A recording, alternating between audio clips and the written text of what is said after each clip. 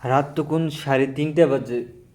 তানভীর নামাজের চাদরটা মাটিতে ফেলে চুপ করে বসে আছে। চোখে অশ্রু, মুখে অনুশোচনা। একটা পুরনো ডায়েরি সামনে খোলা, নিজের হাতের লেখা পড়ছে সে। সেখানে লেখা ছিল, আজ আমি আবার পাপ পাপ করলাম। আমি জানি না আল্লাহ আমাকে ক্ষমা করবেন কি না, কিন্তু তবুও আমি ওর কাছে ফিরে যেতে চাই।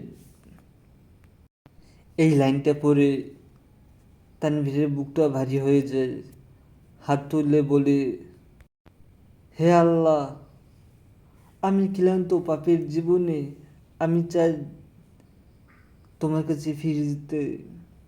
যেমন তুমি বলেছিলে, বলো হে আমার বান্দারা, যারা নিজেদের উপর সীমা লঙ্ঘন করেছ, তোমরা আল্লাহর রহমত থেকে নিরাশ হও না। নিশ্চয়ই আল্লাহ সব গুনাহ মাফ করে দেন।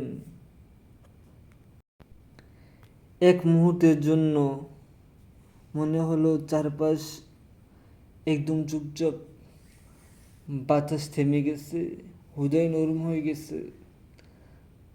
তানভীরের মনে হচ্ছিল আল্লাহ যেন ঠিক তখনই বলছেন, আমি আছি তোমার পাশে, ফিরে এসো, আমার দরজা এখনো খোলা।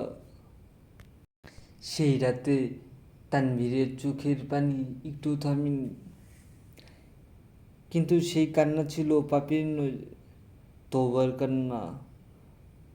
একটা নতুন জীবনের শুরু। ফজরের আজান হলো, সে উঠে দাঁড়ালো। নামাজের মুখে ধীরে ধীরে উচ্চারিত হলো, রব্বিক ফিরলি, রব্বিক ফিরলি, হে আমার প্রভু, আমাকে ক্ষমা করো, আমাকে ক্ষমা করো। এরকম ছোট ছোট ইসলামিক গল্প পেতে অবশ্যই আমাদের চ্যানেলটিতে সাবস্ক্রাইব করবেন, ইনশাল্লাহ।